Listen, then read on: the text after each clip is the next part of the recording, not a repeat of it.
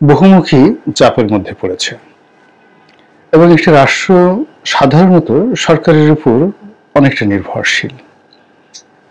তা সে গণতান্ত্রিক সরকার হোক কিংবা স্বৈরাচারী সরকার হোক, একনায়ক হোক কিংবা ফ্যাসিবাদ হোক, সরকারের উপর জনগণের যে চিন্তা চেতনা, মন এবং মানসিকতা এবং বিশ্বাস অবিশ্বাস সবকিছু মিলিয়ে যে একটা পরিবেশ পরিস্থিতির সৃষ্টি হয়, তার কারণে কিন্তু একটা জাতি কাজ করে, এগিয়ে যায় অথবা পিছিয়ে পড়ে। তো আমরা সেই দীর্ঘদিন ধরে যে জাতাকলে পিষ্ট হচ্ছি, সে 2014 সন থেকে নয়, ঠিক আমার মনে হচ্ছে 2013 সন থেকে সেই হেফাজতের যে আন্দোলন, কিংবা তারও আগে যখন গণজাগরণ মঞ্চ হলো, তখন থেকে আমাদের যে অসুখ শুরু হলো, সেই অসুখ বাড়তে বাড়তে একেবারে আমাদেরকে বলতে গেলে এখন শুইয়ে ফেলেছে। আমরা বিষাদগ্রস্ত হয়ে পড়েছি, তারপর অনেকটা বিকলাঙ্গ হয়ে পড়েছি, মানসিক বিকারগ্রস্ত হয়ে পড়েছে। আমাদের একেবারে টপ টু লো, সর্বোচ্চ পর্যায় থেকে পক্ষে বিপক্ষে যারা সবাই আছি, আমাদের যে কোনো কথা, যে কোনো চিন্তা, যে কোনো চেতনার উপর আমরা ঘন্টা খানেক অর্থাৎ মাত্র 60 মিনিট আমরা স্থির থাকতে পারছি না। এর মধ্যেই হয়তো আমাদের অস্থিরতা হচ্ছে, অথবা পরিবেশ পরিবর্তন হয়ে যাচ্ছে, অথবা কথাবার্তা যাকে বলা হয় এলোমেলো হয়ে যাচ্ছে। এই জিনিসগুলো হয় প্রথমত হতাশা থেকে, দ্বিতীয়ত ভয় থেকে, তৃতীয়ত লোভ থেকে, আরো অনেক কিছু থেকে। তো শেখ হাসিনার জামানাতে আমাদের ভয় ছিল, প্রচন্ড ভয় ছিল, হত্যার ভয় ছিল, গুমের ভয় ছিল, ছাত্রলীগের ভয় ছিল, আরো অনেক কিছু। তো সেই ভয় প্রকৃতির অপার নিয়মে আমরা কাটিয়ে একটা বিরাট গণ অভ্যুত্থানের মাধ্যমে শেখ হাসিনার পরাজয়, তার দেশ ত্যাগ এবং তার যারা ঘনিষ্ঠজন, অনেকে গ্রেপ্তার হয়েছেন, অনেকে পালিয়ে গিয়েছেন, এখন আওয়ামী লীগ মুক্ত একটি বাংলাদেশ। তো সেই বাংলাদেশে আমাদের যে সুখ ছিল, স্বপ্ন ছিল, সেই সুখ স্বপ্ন ক্রমশ অসুখে পরিণত হয়েছে। আমরা যাদেরকে ক্ষমতায় বসিয়েছি তারা নিজেরাও কিন্তু সুখী হচ্ছেন না। এর কারণ হলো যে বিগত সরকারের আমল বলেন কিংবা বর্তমান আমল বলেন, সব মিলিয়ে আমাদের অর্থনীতি, রাজনীতি, সমাজ ব্যবস্থায় এতটা বিশৃঙ্খলা তৈরি হয়েছে যে রাতারাতি এখন ডক্টর মোহাম্মদ ইউনূস তো দূরের কথা, প্র্যাকটিক্যালি যদি বলি যে এখানে অন্য কোনো ফেরেশতাও যদি বসিয়ে দেওয়া হয়, তিনিও সবকিছু এলোমেলো করে ফেলবেন। অথবা শেখ হাসিনাকে যদি আবার আনা হয়, কিংবা কালকে যদি তারেক রহমান সাহেবকে বসিয়ে দেওয়া হয়, বেগম খালেদা জিয়াকে বসিয়ে দেওয়া হয়, আমার কাছে মনে হচ্ছে না যে বর্তমান যে অবস্থা, সেই অবস্থার চাইতে ভালো কিছু হবে। এই কারণে সময়টা বাংলাদেশের জন্য ভালো যাচ্ছে না। এখন কেন ভালো যাচ্ছে না, কি কারণে যাচ্ছে না, সেটা নিয়ে বহু আলোচনা করা যেতে পারে। এবং সেই আলোচনার ব্যাপারে যদি আপনি আধ্যাত্মিকতায় যান, ধর্ম বিশ্বাসে যান, তাহলে প্রথমত হলো যে একটা মানুষের বা একটা জাতিগোষ্ঠীর বা একটা পরিবারের ভাগ্য নির্ধারণ হয় তার চিন্তা এবং চেতনার কারণে। তা আমরা জাতিগতভাবে যে ধরনের চিন্তা করি, কি চিন্তা করি? কম পরিশ্রম, বেশি লাভ। পরিশ্রম না করে বড় বড় পদ পদবি পাওয়া, অন্যের যে সকল আকর্ষণীয় জিনিস আছে, যেমন সেটা টাকা হোক, ধন সম্পত্তি হোক, স্ত্রী হোক, কন্যা হোক, সুন্দরী নারী হোক, জায়গা হোক, গাড়ি হোক, বাড়ি হোক, এই জিনিসগুলো আমরা খুব সহজে ছিনিয়ে নেওয়ার কিংবা অলৌকিকভাবে পাওয়ার স্বপ্নে আমরা বিভোর হই। কিন্তু আমরা নিজেরা কোনো একটি কর্ম করে সফলতা অর্জন করে তারপরে সেই সফলতার ফল ভোগ করব, এই ধরনের সোজা সাপটা সহজ সরল যে চিন্তা, যেটি ইহদিনাস সিরাতুল মুস্তাকিম বলা হয়, আল্লাহর কাছে আমরা প্রার্থনা করি যে হে আল্লাহ, আমাদেরকে একটি সহজ এবং সরল পথ দান করো।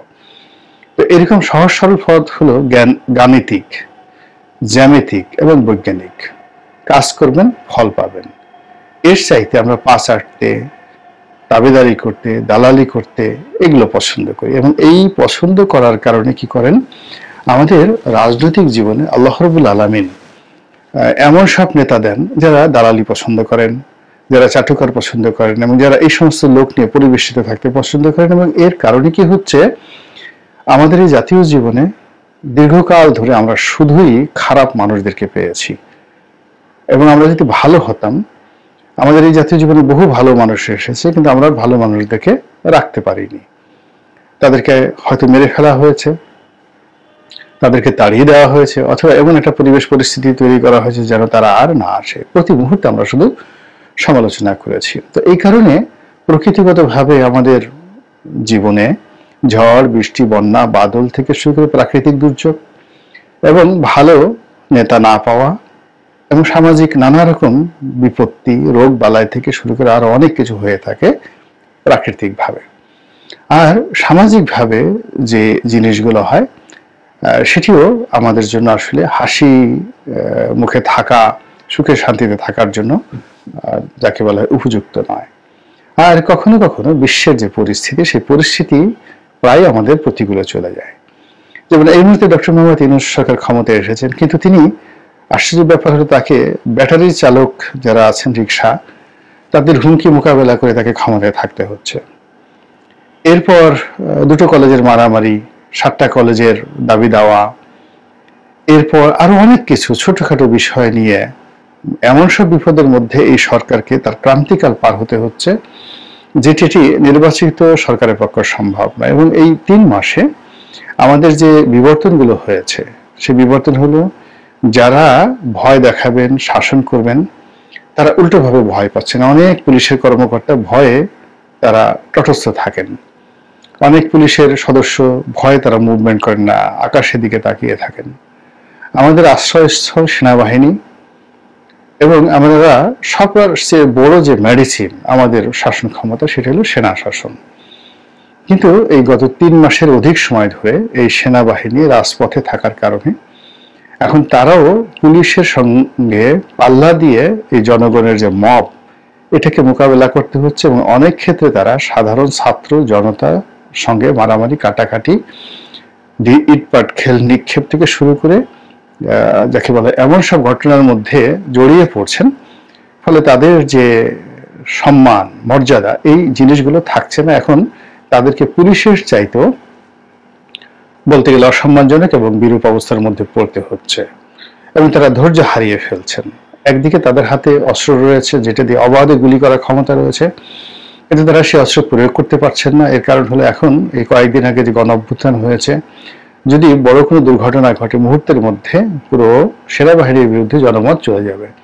আবার অন্যদিকে তাদেরা এই বিশাল একটা, আপনি চিন্তা করেন, একটা স্টেন গান কিংবা একটা 303 রাইফেল কিংবা একটা চাইনিজ অ্যাসল্ট রাইফেল, যেগুলো আর্মিরা ব্যবহার করে, এর একটা ওজন 10 কেজি 12 কেজি। তাদের যে বুট যেটা পরে থাকে, এই একটা বুটের ওজন 3 থেকে 4 কেজি। শরীরের যে পোশাক, বেল্ট থেকে শুরু করে অন্যান্য যে সকল সামরিক সরঞ্জাম আদি রয়েছে, তাকে গড়ে 20 থেকে 25 কেজি ওজনের যে ভার বহন করতে হয়।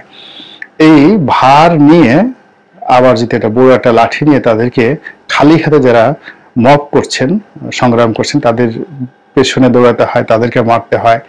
It's a dangerous thing. এটা সেনাবাহিনীর পক্ষে সম্ভব নয়। তাদেরকে তৈরি করা হয়েছে শুধু গুলি করার জন্য। তো এনিওয়ে, এই জিনিসগুলো করে তারাও খুব বিপদ এবং বিপত্তির মধ্যে আছে। ফলে প্রতিদিনই নিত্য নতুন যে অভ্যন্তরীণ সমস্যা, যেটা গতকাল ছিল না কিন্তু আজকাল হয়েছে। গতকাল পুরো ঢাকা শহর বলতে গেলে অচল ছিল, এই কারণে যে ঢাকা কলেজ যেমন সিটি কলেজ মারামারি করেছে। তার আগের তারপরে গেল সেটা সন্ধ্যা পর্যন্ত সেটা নিষ্পত্তি হলো। সন্ধ্যার পরে জাহাঙ্গীরনগর ইউনিভার্সিটির মধ্যে সেই বিশাল বিপ্লব। এর কারণ হলো ব্যাটারি চালিত একটি রিক্সা একজন ছাত্রীকে মেরে ফেলেছে চাপা দিয়ে। এরপরে হাইকোর্ট থেকে একটা নির্দেশ জারি হয়েছে এই ব্যাটারি চালিত রিক্সা বন্ধ করার জন্য। এই জন্য গতকাল থেকে আজ অবধি মিরপুর, মহাখালী, খিলগাঁও থেকে শুরু করে ঢাকার গুরুত্বপূর্ণ এলাকার সমস্ত সড়ক, মহাসড়ক বন্ধ অবস্থায় আছে, কোনো কাজকর্ম নেই।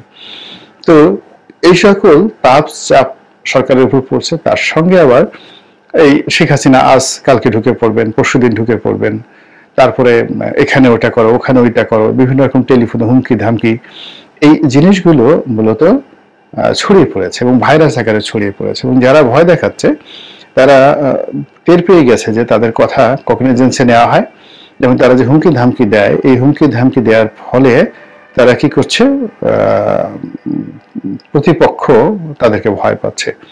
এই জন্য তারা আরো বলিষ্ঠ, আরো কৌশলে এবং আরো ইনভেস্ট করে তাদের যে কর্মগুলো, এই কর্মগুলো তারা ছড়িয়ে দিচ্ছে। তারপরে যেটা হচ্ছে, বাংলাদেশের সাবেক প্রধানমন্ত্রী তিনবারের যাকে বলা হয় তিনটি পরপর 3বার 2009, 14, 4বার পরপর চারবার তারা ক্ষমতা যে সিংহাসন, সেই ক্ষমতার সিংহাসনে তারা বসেছেন এবং সুদীর্ঘকালে জাতিকে তারা শাসন করেছেন। ফলে তাদের সম্পর্কে অন্য সাধারণ মানুষের যে ভয় এবং আতঙ্ক এখনো কিন্তু কাটেনি, ট্রমা যায়নি। ফলে শেখ হাসিনা আসছে, আওয়ামী লীগ ক্ষমতায় ফিরে পাবে, এটা একদম ডাহা মিথ্যা কথা যদিও হয়, অসম্ভব হয়, অবাস্তব হয়, কিন্তু যারা শেখ হাসিনা যারা ক্ষতিগ্রস্ত হয়েছেন তাদের মনে কিন্তু আতঙ্ক তৈরি হয়। এর সঙ্গে আবার অতি সম্প্রতি শুরু হয়েছে মিস্টার নরেন্দ্র মোদীর চাপ। এই কারণ হলো নরেন্দ্র মোদী শেখ হাসিনাকে আশ্রয় দিয়েছেন, তাকে প্রমোট করছেন এবং দিল্লির পক্ষ থেকে যে সকল কর্মকাণ্ড চালানো হচ্ছে, যেমন আমাদের ভারতীয় ভিসা একেবারে বন্ধ। 2 নম্বর হলো যে বাংলাদেশের সঙ্গে ভারতের যে কূটনৈতিক সম্পর্ক খুব সীমিত পরিসরে চালানো হচ্ছে এবং সরকার ঊর্ধ্বতন যারা কর্মকর্তা রয়েছেন এখনো পর্যন্ত, মানে ভারত সরকার ঊর্ধ্বতন কর্মকর্তা এখনো পর্যন্ত বাংলাদেশের ব্যাপারে কোনো ইতিবাচক সহযোগিতার হাত বাড়াননি।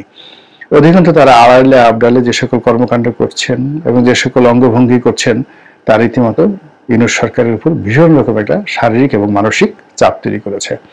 প্রথম দিকে ডক্টর ইউনূস সরকার বিপ্লবীদের মতো কথা বলেছেন, পরবর্তীতে তিনি কূটনীতির ভাষায় কথা বলেছেন, ভারতের সঙ্গে বন্ধুত্ব করার জন্য উন্মুখ হয়ে তিনি বসে আছেন এবং বিভিন্ন মাধ্যমে ভারতের প্রধানমন্ত্রীর সঙ্গে কথা বলা বা বৈঠক করার জন্য চেষ্টা চালাচ্ছেন, কিন্তু ফলাফল শূন্য। তো এই যখন 2 নম্বর সমস্যা, 2 নম্বর সমস্যার সঙ্গে আবার 3 নম্বর সমস্যা শুরু হলো ডোনাল্ড ট্রাম্পের বিজয়। ডোনাল্ড ট্রাম্পের সঙ্গে ডক্টর মোহাম্মদ ইউনূসের ব্যক্তিগত সম্পর্ক ভালো নয়, রাজনৈতিক সম্পর্ক ভালো থাকার একেবারেই অসম্ভব। এর কারণ হলো তার যে ক্যারিয়ার, সেই বাংলাদেশে তার গ্রামীণ ব্যাংক এবং আমেরিকাতেও তার অনেকগুলো 20টির মতো শহরে তার গ্রামীণ ব্যাংকের কার্যক্রম রয়েছে এবং এই টোটাল কাজটি তিনি করেছেন বিল ক্লিন্টন পরিবারের সঙ্গে, ডেমোক্র্যাটদের সঙ্গে। তো যারা যাকে বলা হয় রিপাবলিকান এবং ডোনাল্ড ট্রাম্পের অনুসারী, তারা ডক্টর মোহাম্মদ ইউনূসকে প্রথমত পছন্দ করেন না। দ্বিতীয়ত ডোনাল্ড ট্রাম্পের যে প্রশাসন একেবারে নিশ্চিতভাবেই আমেরিকাতে যে ব্যবসা বাণিজ্য রয়েছে ডক্টর মোহাম্মদ ইউনূসের, সেগুলোর ফাইল ধরে টান দেবেন। ফলে ডক্টর মোহাম্মদ ইউনূস এখন যে উপদেষ্টা রূপে রয়েছেন, প্রধান উপদেষ্টার রূপে রয়েছেন বাংলাদেশে, তিনি এই মুহূর্তে যে অবস্থায় থাকেন না কেন, কিন্তু আমেরিকাতে তার যে এস্টাবলিশমেন্ট, সেই এস্টাবলিশমেন্টের উপর যদি ডোনাল্ড ট্রাম্পের প্রশাসনের বদনজর পড়ে তাহলে তার সব কিছু তছনছ হয়ে যাবে। ইতিমধ্যে তার যারা বিরোধী পক্ষ তারা বিভিন্ন রকম নেটে তার মেয়ে যে মনিকা ইউনুস, তার একটা ভিডিও, তিনি মদ্যপ অবস্থায় গাড়ি চালাচ্ছিলেন এবং তিনি ওই দিন ফ্রাস্ট্রেটেড ছিলেন এবং তার ব্যক্তিগত জীবনে কিছু ঘটনা, তার বন্ধু তিনি কিভাবে চলেন, তিনি কার সঙ্গে তার যে দাম্পত্য সম্পর্ক, এই বিষয়গুলো নিয়ে খুবই বিব্রতকর কতগুলো ভিডিও সামাজিক মাধ্যমে কে বা কারা ছাড়িয়ে দিয়েছে। তো এই বিষয়গুলোর সঙ্গে সঙ্গে আবার কি হলো, সেই ইতিমধ্যে মিস্টার ডোনাল্ড ট্রাম্প তার সরকারে যাদেরকে নিয়োগ দিয়েছেন এরা বেশিরভাগই উগ্র হিন্দুত্ববাদীর ধারক বাহক এবং বিশেষ করে তার যে সকল গোয়েন্দা বাহিনী রয়েছে আমেরিকার, সেই গোয়েন্দা বাহিনীর প্রধান রূপে তিনি এক ভদ্র মহিলাকে নিয়োগ দিয়েছেন, ভারতীয় বংশোদ্ভূত তুলসী। তো সেই ম্যাডাম তুলসী, তার নাম সম্ভবত তুলসী গ্যাবার্ড। তো সেই ম্যাডাম তুলসী গ্যাবার্ড তিনি মূলত ইসকনের সঙ্গে সরাসরি জড়িত, ইসকনের প্রমোটার এবং ইতিমধ্যেই তিনি নাতি দীর্ঘ একটি বক্তব্য দিয়েছেন বাংলাদেশের বিরুদ্ধে, একেবারে সরাসরি ডক্টর ইউনূসের বিরুদ্ধে, বাংলাদেশের বিরুদ্ধে, জনগণের বিরুদ্ধে। এবং এখানে তার সেই বক্তব্য হিন্দুদের পক্ষে গিয়েছে, আর অনেক কিছু। তো সব মিলিয়ে এরকম একটা মানুষ যদি সিআইএ প্রধান হয়